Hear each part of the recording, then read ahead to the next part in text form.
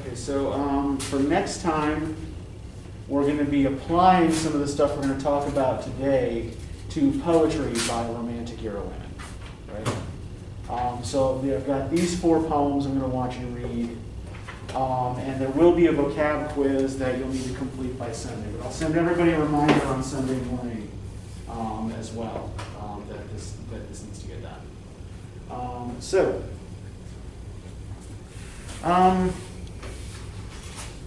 Let's actually start with the quiz question that I asked y'all, because there's something weird going on towards the end of the fragments of Dorothy Wordsworth's journals here, right? What's strange about her description of her brother's wedding?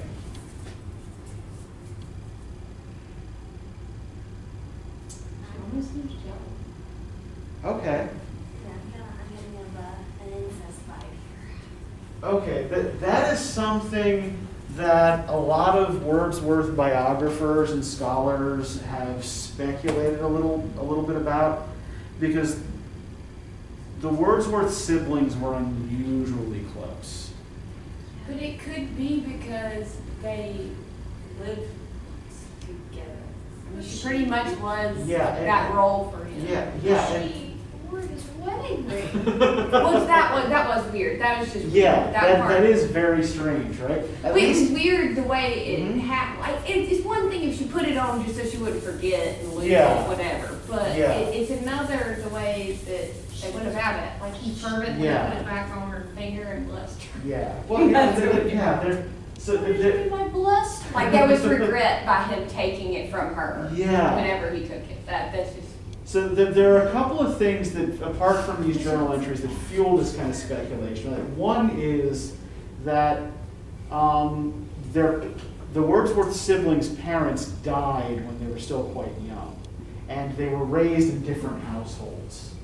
So they didn't actually grow up together, and thus, form some of those, psychological taboos that people develop about, romantic relationships with people, in their own families, right? The other thing is that, according to a lot of biochemists, sexual attraction largely comes down to smell. And one of the reasons why we tend not to form attractions to close relatives is because they don't smell attractive to us, right? Or they smell too much like us. William Wordsworth had no sense of smell. So we'll just kind of leave that where it is here, right? But there are other, not necessarily sexual reasons why Dorothy may have responded in the way she did to this, right? And I think that some of this is, if we look at the last entry she's got here in her journal, for the end of the year, 1802, the year in which her brother gets married, right? Can I get somebody to read from us, for us, starting from, it is Christmas Day, Saturday. It's Christmas Day, Saturday, 25th of December, 1802. I'm 31 years of age. It is a dull, frosty day. And there's just something about that just seems sad, emotionally devastating, right? Yeah. All she can think to say about her 31st birthday, which also happens to be, Christmas, right? Yes, it's supposed to be a fun time. Yeah, it is a dull, frosty day.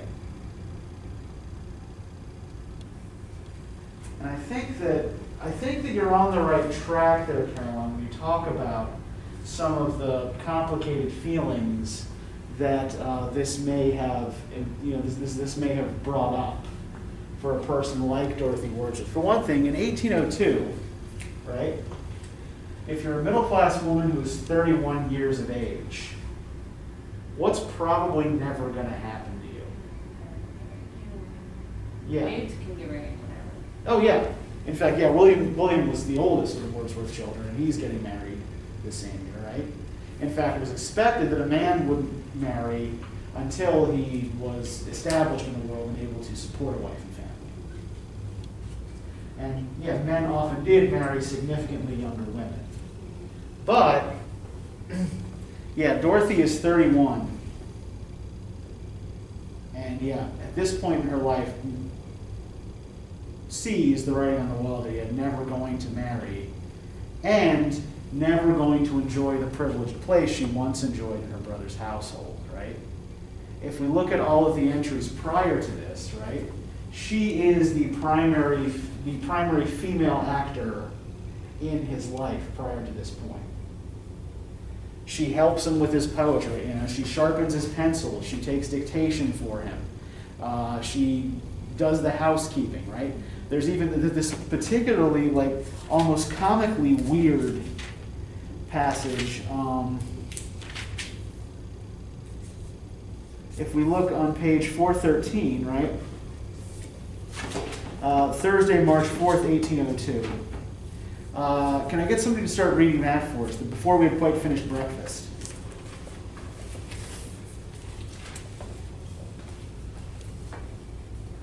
Before we had quite finished breakfast, Calvert's man brought the horses forward when we had a deal to do, pens to make, poems to put in order for writing, to settle for the press, pack up, and the man came before the pens were made, and he was obliged to leave me with only two. Since he left me at 11:30, it is now 2. I have been putting the drawers in order and laid by his clothes which he had thrown here and there everywhere. Filed 2 months newspapers and got my dinner, 2 boiled eggs and 2 apple tarts. I have set Molly on to clean the garden a little, and I myself have walked. I transplanted some snowdrops, the bees are busy. Has a nice bright day. It was a hard frost in the night. The robins are singing sweetly. Now for my walk. I will be busy. I will look well and be well when he comes back to me.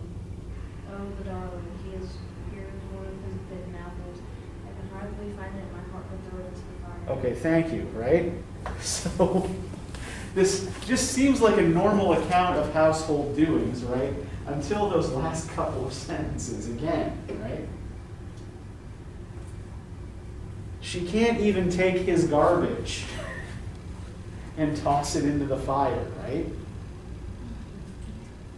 So we're seeing here, a woman who seems to be totally devoted to her brother's work and creativity, right? And totally devoted to him, right? She's doing all of the things in the household that, managing the household that a middle-class wife would typically do in this period. Because William is unmarried, his sister is doing all of this housekeeping. Now, the expectation for a woman of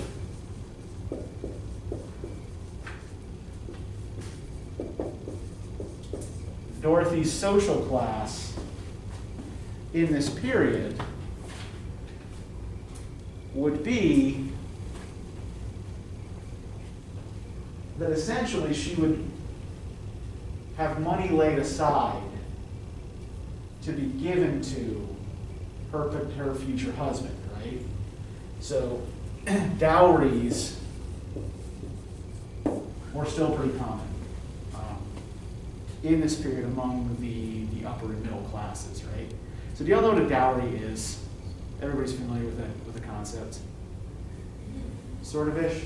Okay, so a dowry is essentially something your husband gets in addition to you for marrying you, right?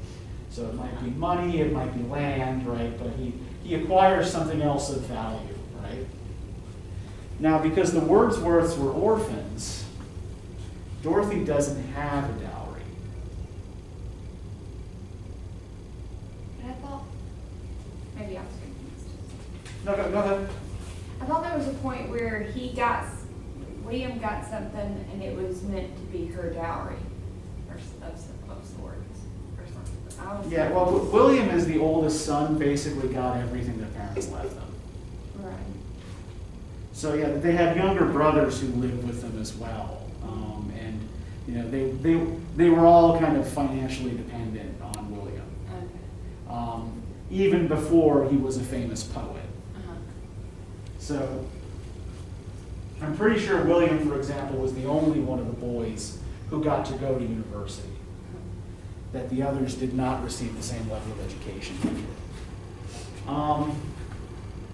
But yeah, essentially, like, there's never much real chance, given her lack of a dowry and given that she was kind of socially awkward, that Dorothy was ever going to marry.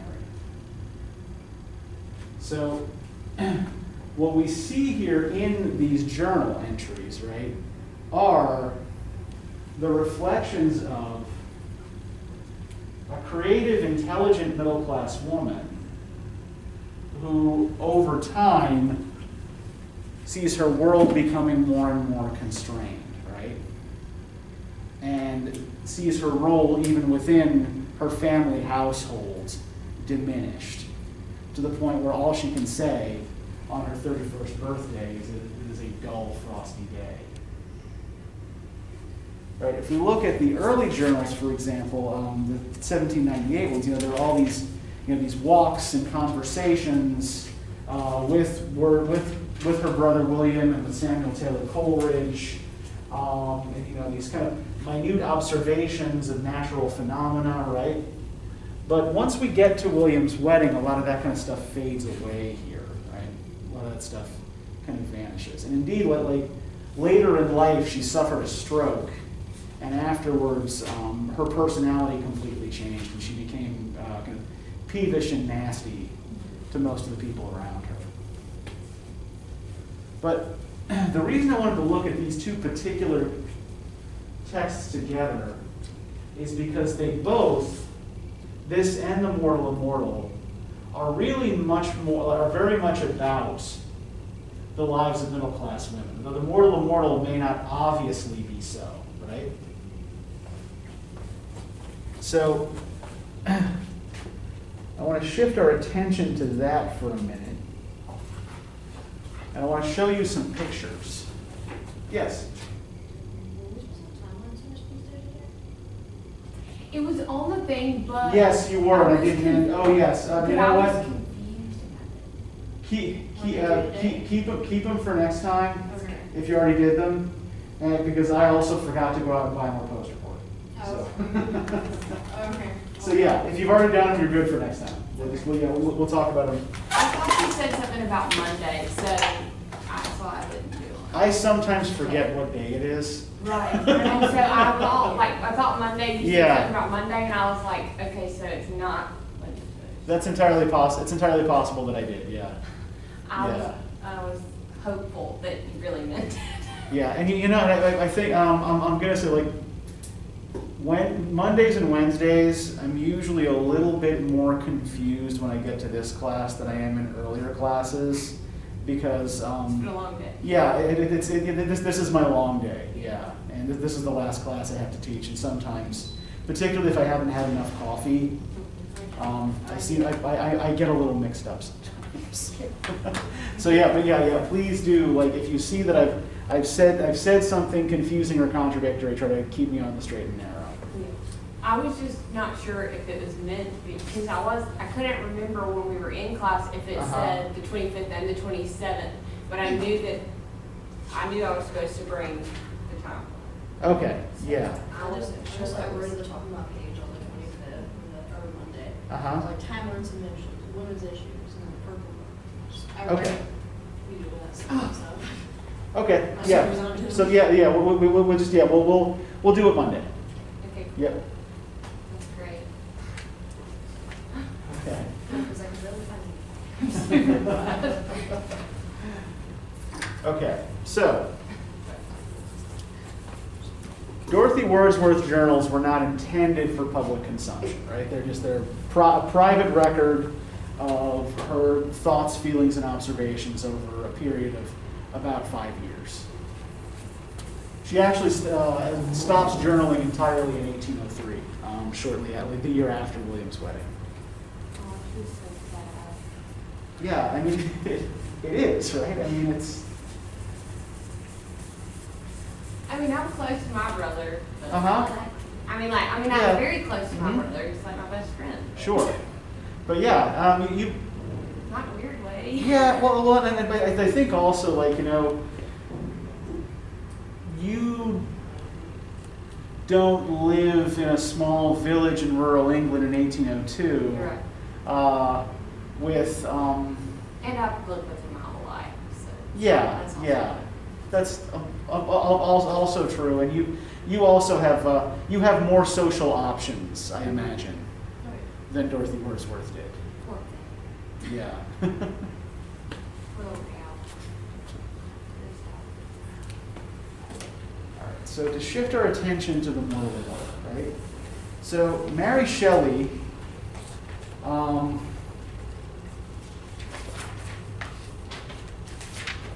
For most of her adult life, actually made her living as a writer. Now, is anybody familiar with the name Mary Shelley? Do you know what she's most famous for?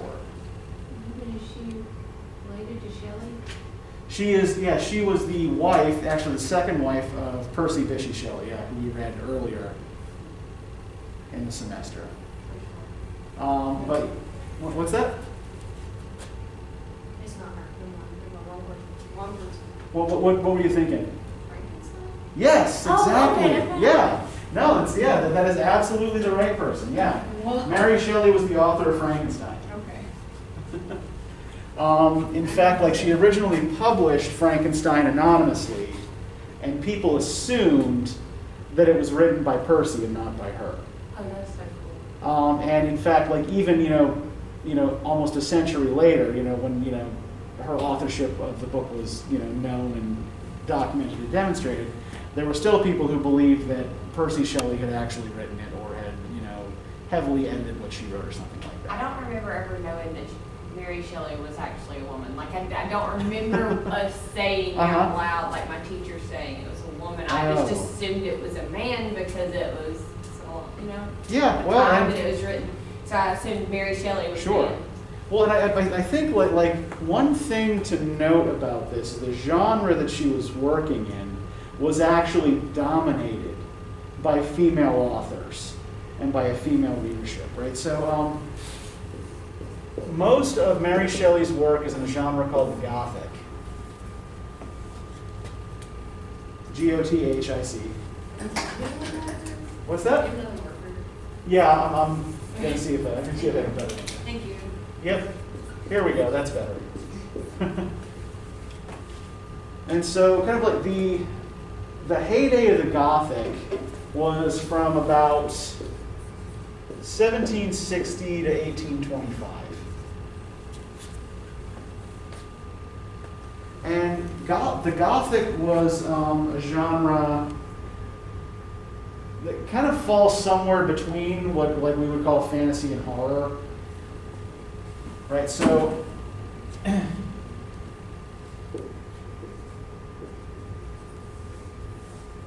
Gothic novels or Gothic tales typically feature supernatural events, right? Haunted castles or abbeys.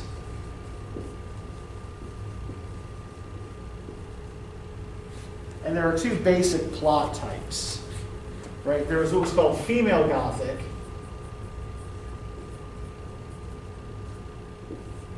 in which a young and innocent female protagonist is menaced by an older man. Usually he threatens her life, her property, her virginity, or all three. And the male Gothic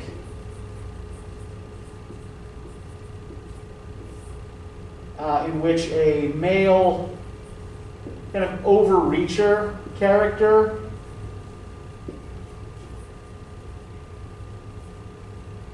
tries to step beyond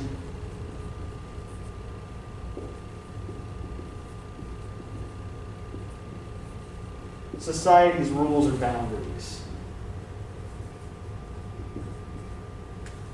Right, so you have this male overreacher who decides that he can't be constrained by society's laws, and so consciously does something in opposition to them to prove his superiority to them. Now, there are two other distinctions that we tend to see in the Gothic.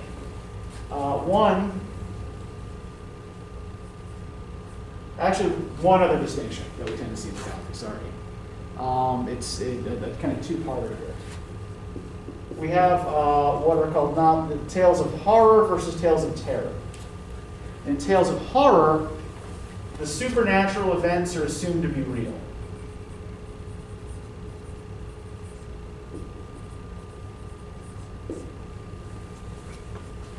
In tales of terror, they have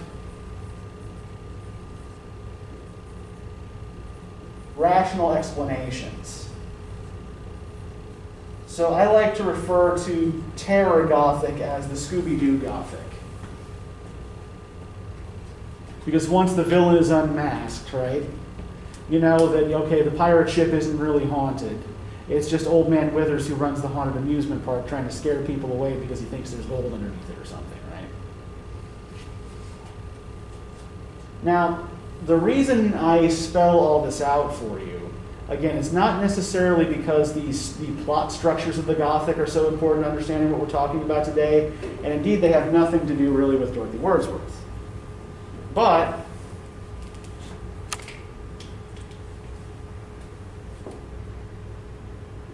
the readership of the Gothic was predominantly middle class,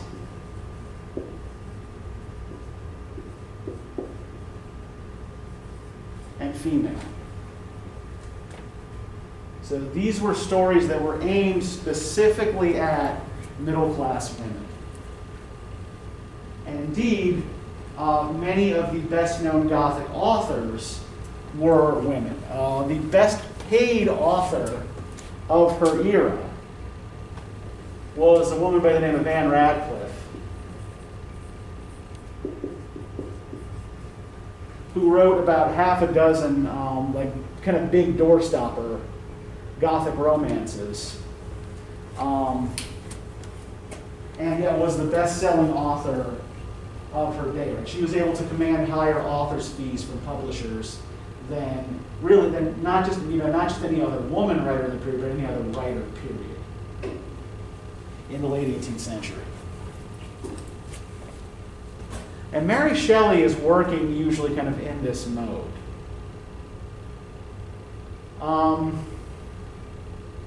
And because, particularly after her husband's death, she is struggling for money most of the time, she's often doing work for publications that are less than entirely respectable from a literary standpoint, right? So what I've got up here on the screen is the front cover of an edition of a popular literary annual called The Keepsake. So these literary annuals, you remember when we talked about A Christmas Carol, and I mentioned it was a gift book? So yeah, it was like it wasn't intended just to be read, right? These gift books were also display objects. They were usually illustrated. They had fancy gilt covers like this. And yeah, they were meant to impress people when they came into your home. I don't know, have either ever seen Anchorman? What's that? Yeah. Okay, you've seen it, right? See, there's the scene in the beginning where Ron Burgundy first meets Veronica Corningstone, and he's trying to impress her. He says, I'm a very important man. I have many leather-bound books. Right? He doesn't read those books, right? They're there in the house to look impressive. And gift books are kind of that type, right? They're there to look good. In fact, the illustrators were usually paid more than the authors were.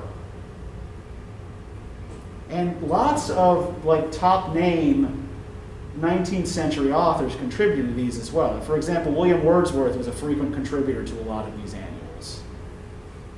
But yeah, Mary Shelley did a lot of her writing for annuals like The Keepsake. And yeah, this is what the inside of one of these books typically look like. So the illustrations, we notice, mostly feature women, right? Whether it's a portrait of an author, or, we have here, the goddess Athena and two of the muses, right? And this is the illustration that accompanied the mortal immortal. What scene does this illustrate from the story?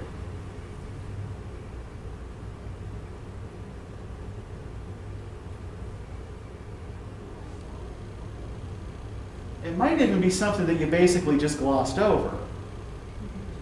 Because the way the story is written, it seems like we are mostly to focus on the plight of this unfortunate student who drinks the elixir, right?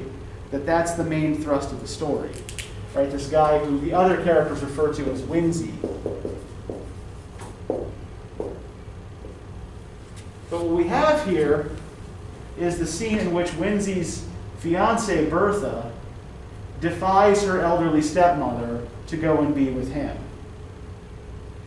So the sole picture that we're given in this story depicts not the male protagonist's actions or any of the male protagonist's actions, but something that is done by the female love interest.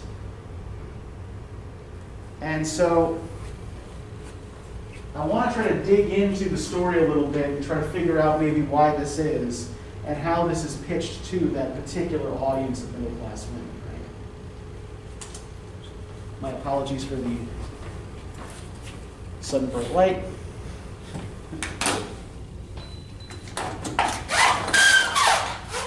Okay, so let's turn to page 1036.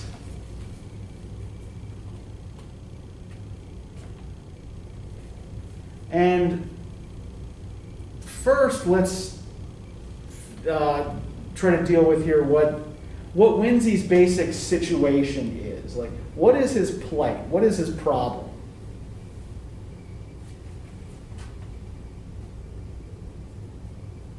What is the question that vexes him?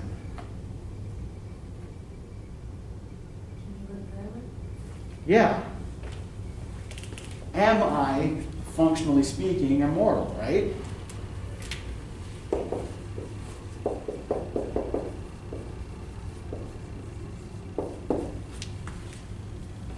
Right, he has just completed his 323rd year in 1833.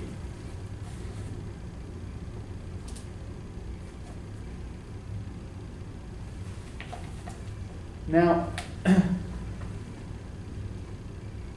when he was still merely a poor student, let's look at the way he viewed, or the way he describes his relationship with Bertha. Right? So we look on page 1037. Can I get one of you to read the passage that starts with, "My failing steps were directed whither"? My failing steps were directed whither. For 2 years, they had every evening been attracted. A gently bubbling spring of pure living waters, beside which lingered a dark-haired girl, whose beaming eyes were fixed on the path I was accustomed each night to tread. I cannot remember the hour when I did not love Bertha. We had been neighbors and playmates from infancy. Her parents, like mine, were of humble life, yet respectable. Our attachment had been a source of pleasure to them. In an evil hour, a malignant fever carried off both her father and mother, and Bertha became an orphan. She would have found a home beneath my paternal roof, but unfortunately, the old lady of the near castle, rich, childless, and solitary, declared her intentions to adopt her. Henceforth, Bertha was clad in silk, inhabited a marble palace, and was looked on as being highly favored by fortune. But in her new situation among her new associates, Bertha remained true to the friend of her humbler days, She often visited the cottage of my father, and when forbidden to go thither, she would stray towards the neighboring wood and meet me beside its shady fountain. Okay, so let's start here, right, and then maybe unpack the paragraphs that follow a little bit. So, what is the thing that has come between initially himself and Bertha? The adoption. Yeah. So they're born into the same social class, right? Both, dirty ass poor. And she is adopted by a rich woman when her parents died, right? So she is now, on the one hand, financially above him, right? Socially above him. But it also means that she's dependent on this old lady who has adopted her, right?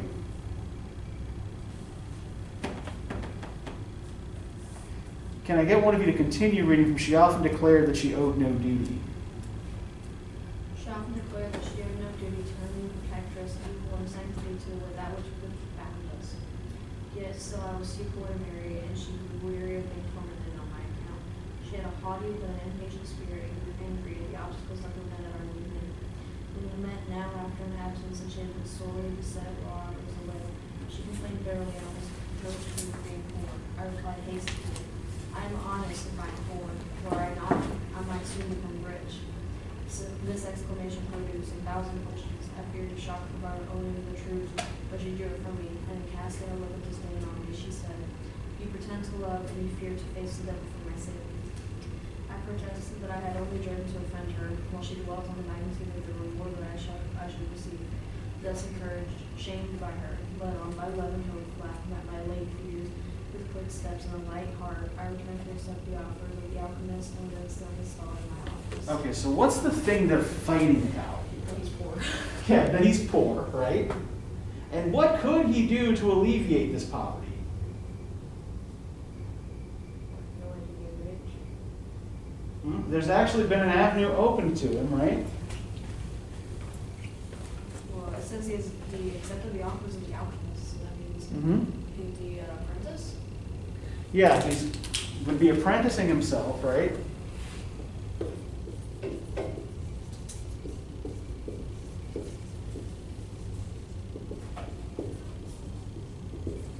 To this guy called Cornelius Agrippa. Right. Page 1036, right? All the world has heard of Cornelius Agrippa.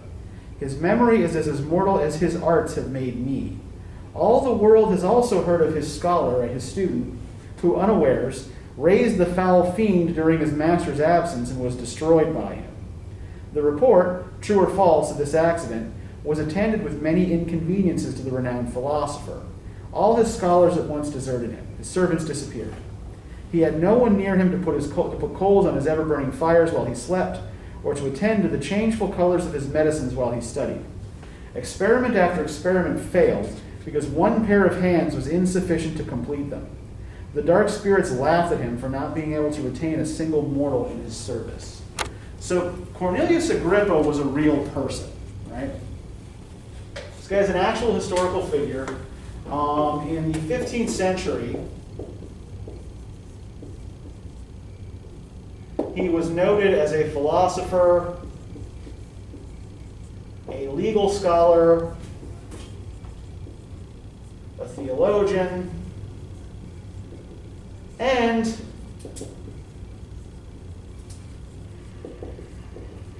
a ritual magician and alchemist. Does one of these things not seem like the others?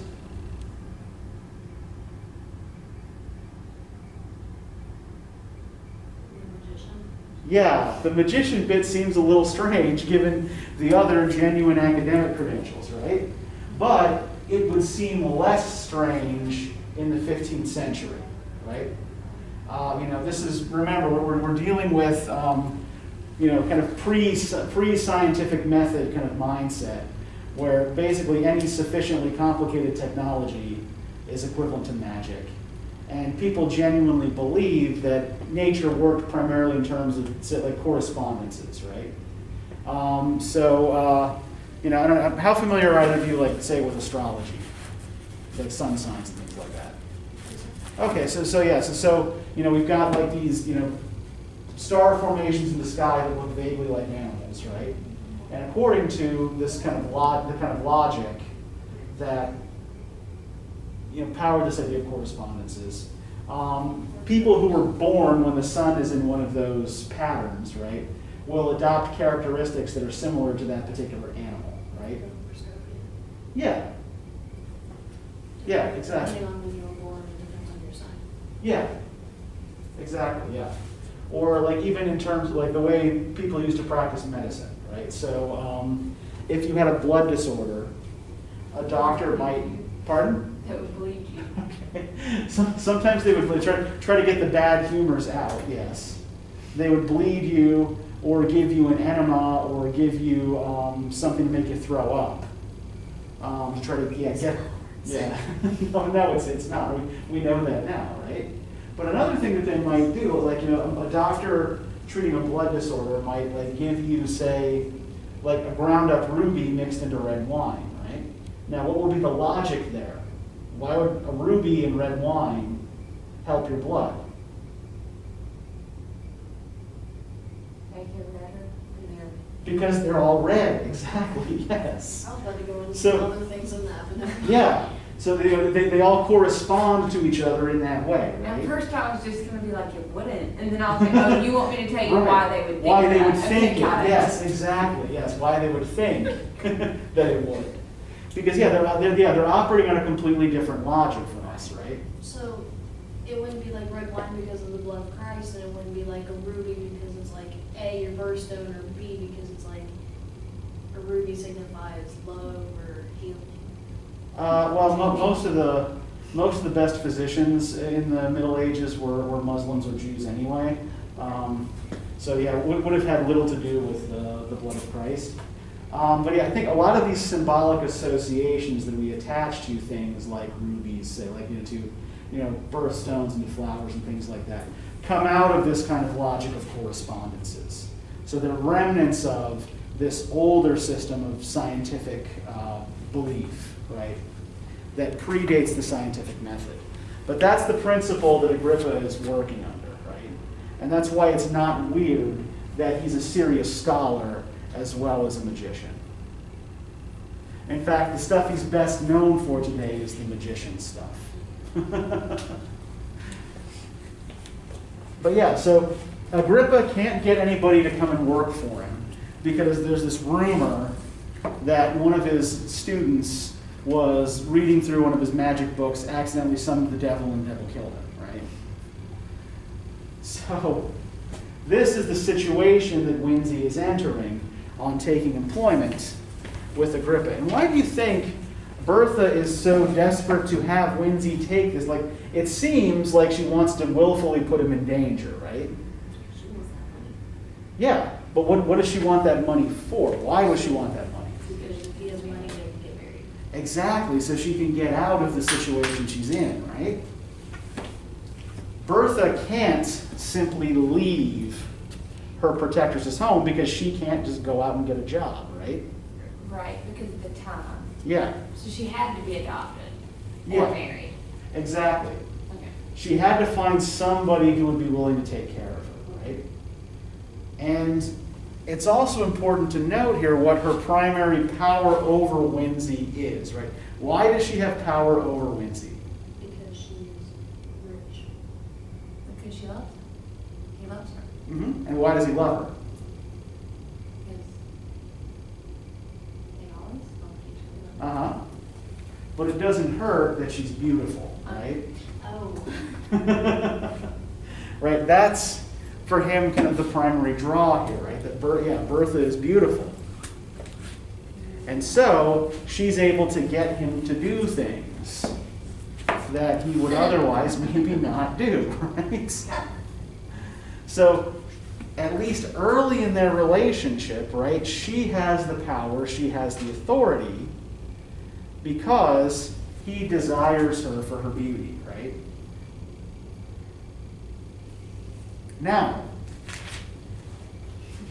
let's look at what happens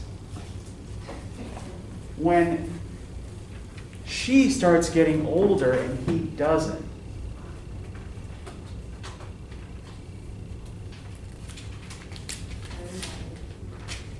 Jerk.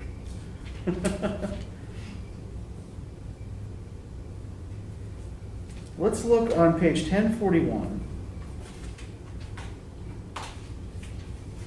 Can somebody read for us the paragraph that starts with "I was troubled" near the bottom of the page?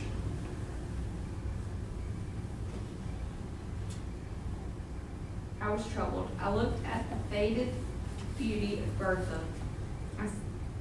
I seemed more like her son.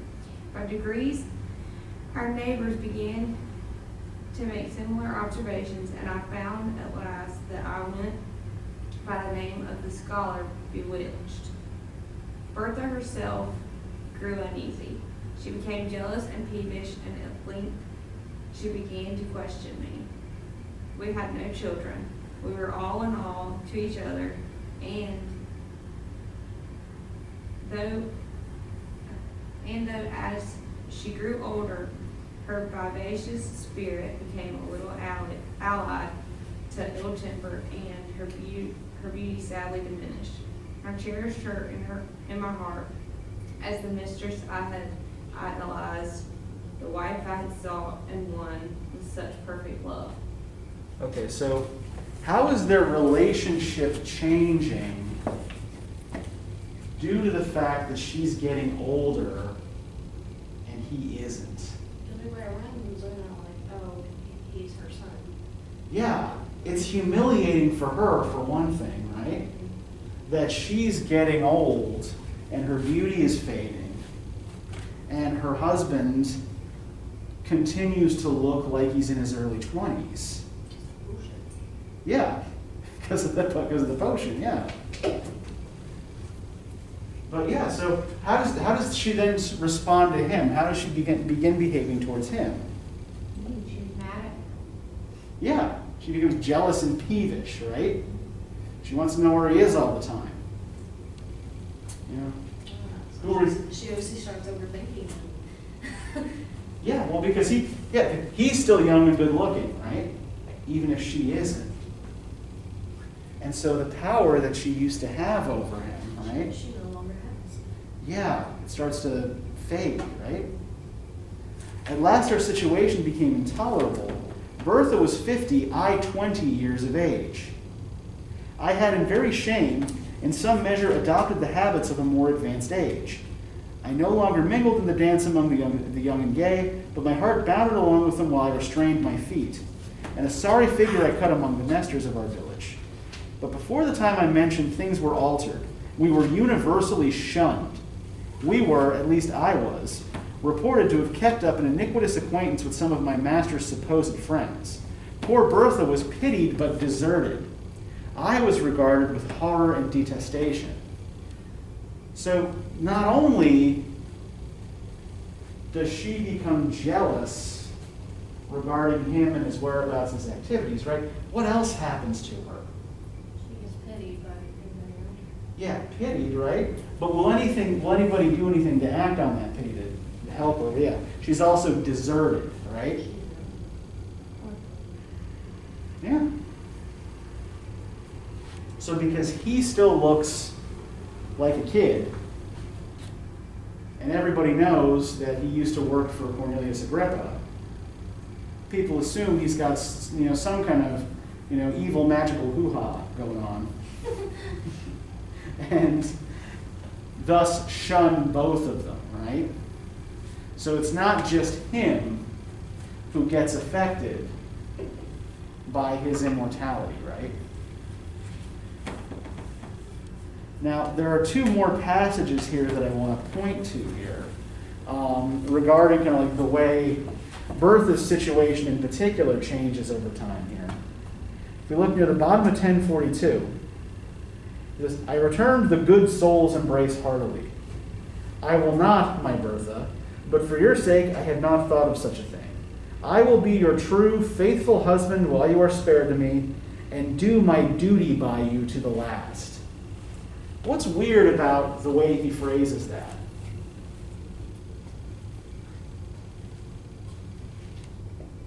When he says, "and do my duty by you to the last," meaning that when she dies, like he'll still be faithful to her even until she dies. Right? Well, does this seem like an odd thing to say to someone you love? Yeah, like it's just not, it's not a loving way to say it. You're not Yeah. saying it because you love them, you're just saying you're doing your duty because you have to do your duty. Yeah. Because you made the oath to do your duty and that's why you'll do it. Yeah, when we think I about don't want you to do your duty because you have to do it. Yeah. Because you want to do it. I want you to do it because the day you made the vow, that's what you Yeah, duty implies. Honor your vows. Yeah, duty implies obligation, right? This is something I have to do, right? It's my duty to sweep the floor in the morning, right? It's my duty to do the laundry on Saturday. It's my duty to walk the dog twice a day, so on and so forth. Although, walking the dog is actually pleasant. That's fine. Don't mind that. But you get what I mean, right? That, yeah, he's saying, like, I will continue to exercise my obligations towards you, right? I'll continue to honor my obligations towards you until you die. Yeah. Don't worry. I'm gonna do it. Yeah. Even if I don't want to. That's what it sounds like. Yeah. It's kind of grudging, right? Yeah, but that's not what makes you work. That's not what she's upset about. She's upset that you're out there and thinking about it. Young and handsome. Yeah. Doing something you shouldn't be doing. Yeah. Infidelity. Just drinking any old magic potion that comes your way, right? Gee, what are you doing? I already have to get on my freaking board. I'd be so mad. I'm drinking random things. Uh-huh. It's a new pre-workout. Don't drink it. You got it from a stranger. Well, and the thing to note here as well, like about the potion, right, is that Agrippa wasn't honest with Whimsy. Wasn't entirely honest with Whimsy when he told him what it did, but he was still sort of telling the truth, right? He told him that it was a potion that would kill love. And Whimsy drinks it because he's feeling the pain of love, right? He's in a bad spot with Bertha. And he's like, well, if I just drink this, I won't love her anymore. And to an extent, Agrippa's right? The potion does kill love, One day. just not right away. Kills it slowly. Yeah, That's harsh. slowly and painfully in a drawn-out fashion, right? So let's, I just want to go to page 1043 here now. Right? The way Bertha behaves when they move to a new village. Right? Bless you. Thank you. It was a cruel thing to transport poor Bertha from her native village and the friends of her youth to a new country, new language, new customs. The strange secret of my destiny rendered this removal immaterial to me. But I compassionated her deeply and was glad to perceive that she found compensation for her misfortunes in a variety of little ridiculous circumstances. Away from telltale chroniclers, she sought to decrease the apparent disparity of our ages by 1,000 feminine arts, rouge, youthful dress, and assumed juvenility of matter. I could not be angry. Did not I myself wear a mask? Why quarrel with hers because it was less successful? I grieved deeply when I remembered that this was my Bertha, whom I had loved so fondly and won with such transport, the dark-eyed, dark-haired girl with smiles of enchanting archness and a step like a fawn, this mincing, simpering, jealous old woman. I should have revered her gray locks and withered cheeks, but thus, it was my work I knew, but it not less deplore this type of human weakness. So one, note the past tense loved here, right? And she's just desperate to try to keep up with him, right? She's trying. Yeah. And, is embarrassed by looking so old next to someone who looks so young. She puts on makeup and puts on a really pretty dress. Yeah. But clearly she has a reason to be, because he feels this way. Mm-hmm. Just saying. Yeah. That's Well, and I think, like, part of what's going on here, right, is that for someone in Bertha's position, right, remember that, like, essentially her only economic power is her attractiveness, right?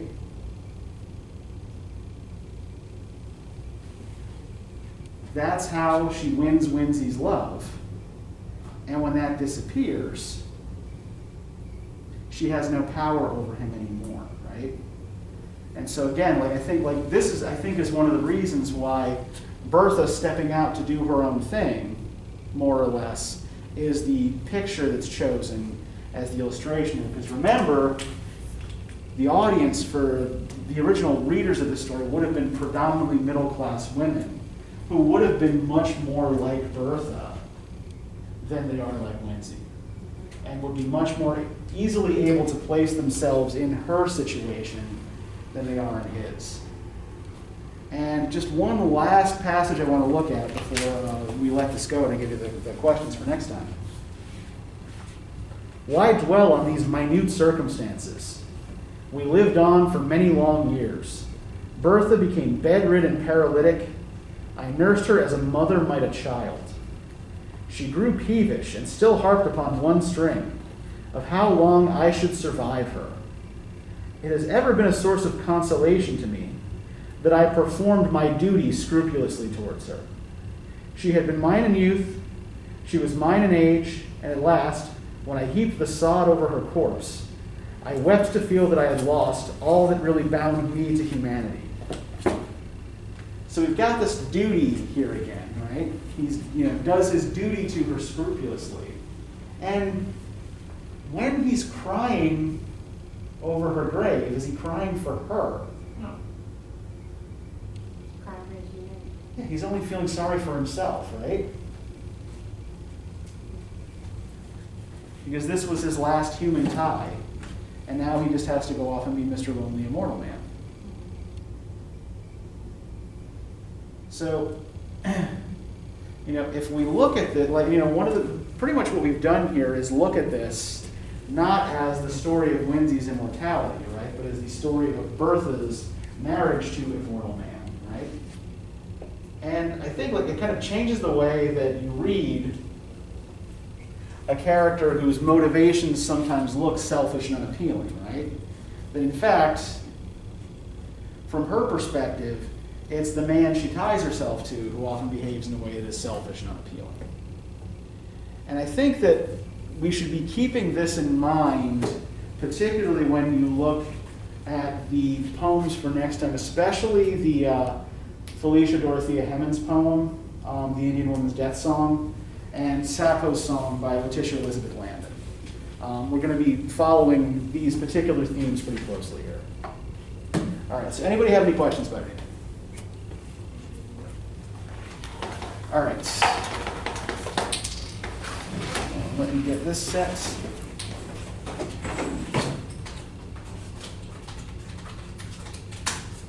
And then once you got it all down, you can just go have yourself a good weekend.